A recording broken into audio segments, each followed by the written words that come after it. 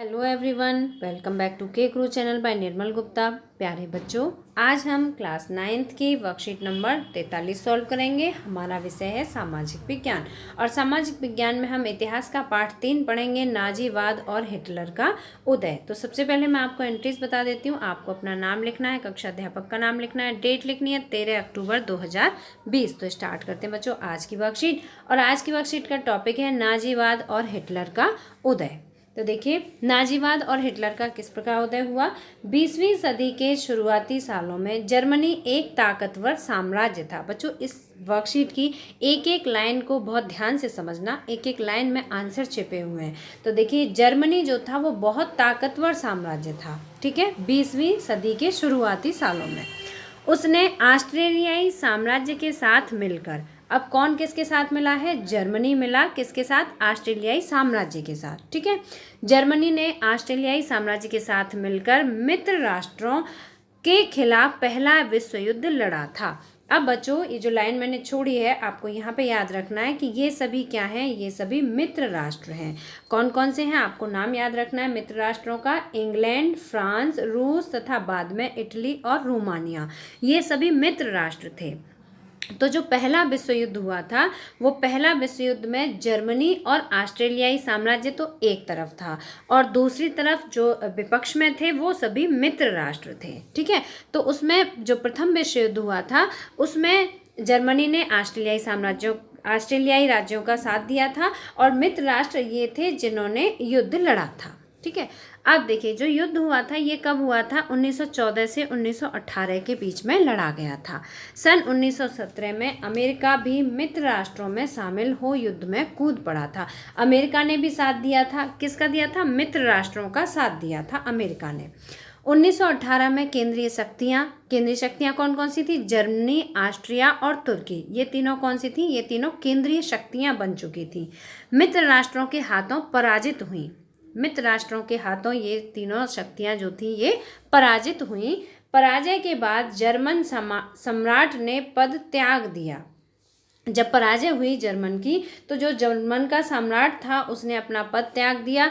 इसके बाद बाइमर मतलब जर्मनी में एक स्थान है, उसमें संघीय आधार पर एक लोकतांत्रिक संविधान पारित किया गया और जिसके अनुसार जर्मन संसद मतलब राइखस्टैग के लिए महिलाओं सहित सभी वयस्क नागरिकों को सार्वभौमिक मताधिकार के द्वारा जनप्रतिनिधि चुनने का अधिकार दिया गया, ठीक है बच्चों। जब जर्मनी की हार हुई तो जो जर्मनी का सम्राट था उसने अपना पद त्याग दिया और पद त्यागने के बाद क्या हुआ बच्चों, वहां पर एक संसद की स्थापना की गई, ठीक है। उस संसद का नाम था राइखस्टैग, आपको याद रखना है, ये जर्मनी की संसद का नाम है राइखस्टैग। और इसके अनुसार वहां के जो वयस्क नागरिक थे, है ना, वयस्क नागरिकों में महिलाएं भी शामिल थी, तो सभी नागरिकों, वयस्क नागरिकों, महिलाओं सभी को सार्वभौमिक मताधिकार के द्वारा जनप्रतिनिधि चुनने का अधिकार प्रदान किया गया। और ये जो अधिकार प्रदान किया गया था, जो संसद का निर्माण किया गया था, इसी के साथ इसे क्या कहा गया, वाइमर गणराज्य का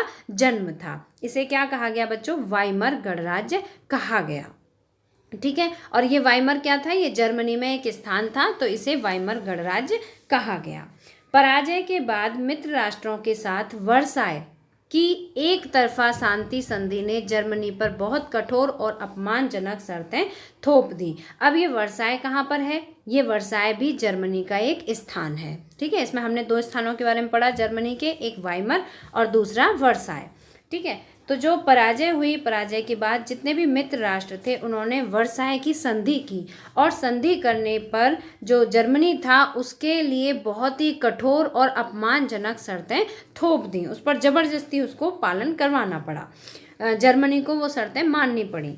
मित्र राष्ट्रों ने जर्मनी की सेना भंग कर दी। अब देखिए, जो कठोर और अपमानजनक शर्तें थी वो क्या क्या थी उनकी, कि मित्र राष्ट्रों ने जर्मनी की सेना को भंग कर दिया, युद्ध की सारी तबाही के लिए जर्मनी को जिम्मेदार ठहरा दिया। उन्होंने कहा कि जो भी युद्ध हुआ था, प्रथम विश्व युद्ध, उसके लिए कौन जिम्मेदार है, जर्मनी जिम्मेदार है। और ठहराकर 6 अरब पाउंड का जुर्माना लगा दिया, जर्मनी पर 6 अरब पाउंड का जुर्माना लगा दिया। जर्मनी के खनिज संपन्न राइनलैंड इलाके पर कब्जा कर लिया। एक इलाका है, मैं अभी आपको मैप में दिखाऊंगी, राइनलैंड इलाका है जहां पर के खनिज संपदा बहुत पर्याप्त मात्रा में थी। तो उस स्थान पर फ्रांस ने अपना अधिकार स्थापित कर लिया। ठीक है, जर्मनी के खनिज संपन्न राइनलैंड इलाके पर कब्जा कर लिया। जर्मनी को अपने सारे उपनिवेश, तकरीबन 10% आबादी, 13% भूभाग और 75% लोह भंडार तथा 26% कोयला भंडार फ्रांस, पोलैंड, डेनमार्क और लिथुआनिया के हवाले करने पड़े। अब कौन कौन से एरिया थे? तकरीबन 10% वो क्षेत्र जहाँ पर की आबादी रहती थी, मतलब लोग रहते थे, और 13% वो क्षेत्र जो भूभाग, मतलब जो कुछ और भूभाग था, 13% जहाँ आबादी नहीं रहती थी लेकिन जर्मनी का ही भूभाग था। इसके अलावा 75% वो भूभाग जहाँ पर के लौह भंडार प्रचुर मात्रा में थे, और 26% वो भूभाग जहाँ पर के कोयला भंडार बहुत अधिक मात्रा में था। तो ये सभी किन देशों को देने पड़े? फ्रांस, पोलैंड और डेनमार्क तथा लिथुआनिया के हवाले करने पड़े। विडंबना यह थी कि पुराने साम्राज्य द्वारा दिए गए अपराधों का हर्जाना नवजात वाइमर गणराज्य से वसूल किया जा रहा था। जैसा कि हमने अभी पढ़ा था कि जो वाइमर गणराज्य था, यहाँ पर वाइमर गणराज्य का जन्म बताया गया था। तो जो वाइमर गणराज्य था वही जर्मन का स्थान था जहाँ पर कि संसद का निर्माण किया गया था। अब जो भी पाउंड, जैसे अभी हमने पढ़ा था कि 6 अरब पाउंड का जुर्माना लगाया गया, तो जो 6 अरब पाउंड का जुर्माना था वो किससे वसूल किया जा रहा था? नवजात वाइमर गणराज्य से वसूला जा रहा था। बहुत सारे जर्मनों ने न केवल इस हार के लिए बल्कि वर्साय में हुए इस अपमान के लिए भी वाइमर गणराज्य को ही जिम्मेदार ठहराया। तो बच्चों, मुझे उम्मीद है कि आपको आज की वर्कशीट अच्छी तरह समझ में आ गई होगी। अब देखिए यहाँ पर एक मैप दिया हुआ है, इस मैप को भी आप एक बार समझ लेते हैं। ये देखिए, ये जर्मनी है, ये पूरा जर्मनी का इलाका है। ठीक है, ये सभी जर्मनी का इलाका है। जो अभी आपको यहाँ पर पर्पल कलर में दिख रहा है, ये जर्मनी का इलाका है। अब जर्मनी का देखिए, यहाँ पर ये पोरेन इलाका है, ये लॉरेन इलाका है ना, लॉरेन इलाका है। यहाँ पर आप देख सकते हैं, यहाँ बहुत सारी खनिज संपदा थी। जो ये भाग जो था जर्मनी ने हार के कारण, जर्मनी प्रथम विश्व युद्ध में हार गया था, तो हारने के कारण जर्मनी को ये लौह संपदा और खनिज संपदा से परिपूर्ण जो भाग था ये फ्रांस को सौंपना पड़ा था। ठीक है, देखिए जर्मनी 1914, यहाँ पर देखिए जो यहाँ पर दिया गया है, ये जो सीमाएं हैं ये जर्मनी की, ये जर्मनी 1914 में है ना। 1914 से 1918 तक के प्रथम विश्व युद्ध हुआ था। और दूसरा, जर्मनी से ले ली गई जमीन, जो आप यहाँ पे देख सकते हैं, ये लाइट कलर में जो दिखाई गई है ऑरेंज कलर, ये जर्मनी से छीनी हुई भूभाग हैं। ठीक है, जो अभी हमने वर्कशीट में भी पढ़े थे कि ये वो भूभाग हैं जो पहले जर्मनी में शामिल थे, लेकिन प्रथम विश्व युद्ध के बाद इन भूभागों को जर्मनी से छीन लिया गया था। ठीक है, अब इसके बाद यहाँ पर आप देख सकते हैं, ये पर्पल लाइट कलर में यहाँ पर दिखाया गया है। तो ये है विसैन्यीकृत क्षेत्र, मतलब ऐसा क्षेत्र जहाँ पर के जर्मनी की सेना को नहीं रखा गया, जर्मनी की जो सेना थी उसे भंग कर दिया गया था। ठीक है, तो यहाँ पे आप देख सकते हैं, ये वाला जो क्षेत्र है ये विसैन्य क्षेत्र है। तो वर्साय की संधि के बाद जर्मनी, जो जर्मनी का स्वरूप था वो वर्साय की संधि के बाद इस तरह से बदला कि ये जो आप ये ऑरेंज कलर देख रहे हैं, आप इसे छोड़कर इस तरह से जर्मनी का मैप ही पूरी तरह से बदल गया। ठीक है, देखिए ये जर्मनी के कितने भूभाग थे जो कि जर्मनी को छोड़ने पड़े वर्साय की संधि के बाद। तो मुझे उम्मीद है कि आपको आज की वर्कशीट में अच्छी तरह से टॉपिक समझ में आ गया होगा। अब वर्कशीट में दिए हुए सभी प्रश्नों को समझते हैं और इनके उत्तरों को देखते हैं। तो पहला प्रश्न है बच्चों, प्रथम विश्व युद्ध में मित्र राष्ट्रों और केंद्रीय शक्तियों में कौन कौन से देश शामिल थे? जैसा कि हमने अभी वर्कशीट में पढ़ा था, तो उसके आधार पर यहाँ मैंने उत्तर लिखा है, आप यहाँ से देख सकते हैं। पहले प्रश्न का आंसर है, मित्र राष्ट्रों में इंग्लैंड, फ्रांस, रूस, इटली तथा रोमानिया शामिल थे, जबकि केंद्रीय शक्तियों में जर्मनी, ऑस्ट्रिया व तुर्की शामिल थे। तो ये है हमारे पहले प्रश्न का आंसर।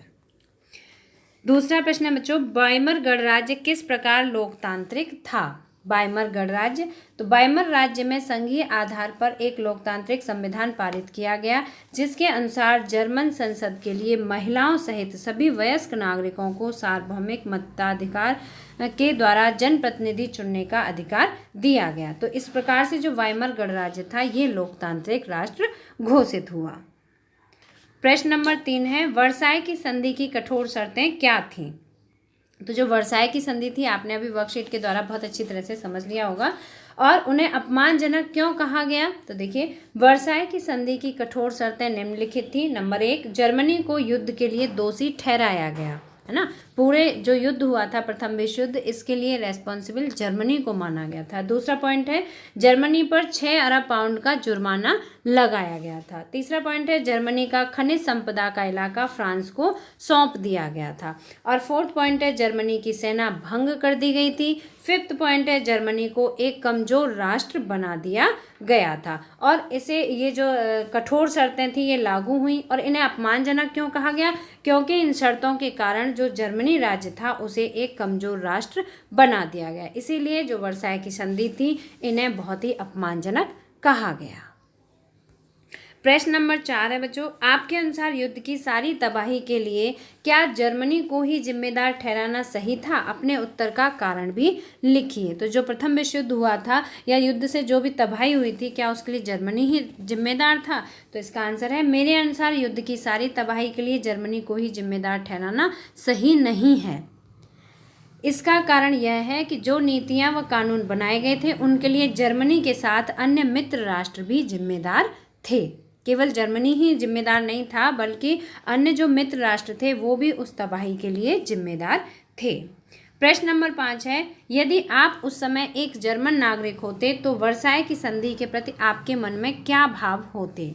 तो इसका आंसर है यदि हम उस समय जर्मन नागरिक होते तो वर्साई की संधि के प्रति मन में अपमान की भावना होती, क्योंकि ये एक बहुत ही अपमानजनक संधि हुई थी। क्योंकि प्रत्येक व्यक्ति के मन में अपने देश के प्रति मान व सम्मान की भावना होती है। तो बच्चों मुझे उम्मीद है कि आपको आज की वर्कशीट और सभी प्रश्नोत्तर अच्छी तरह समझ में आ गए होंगे।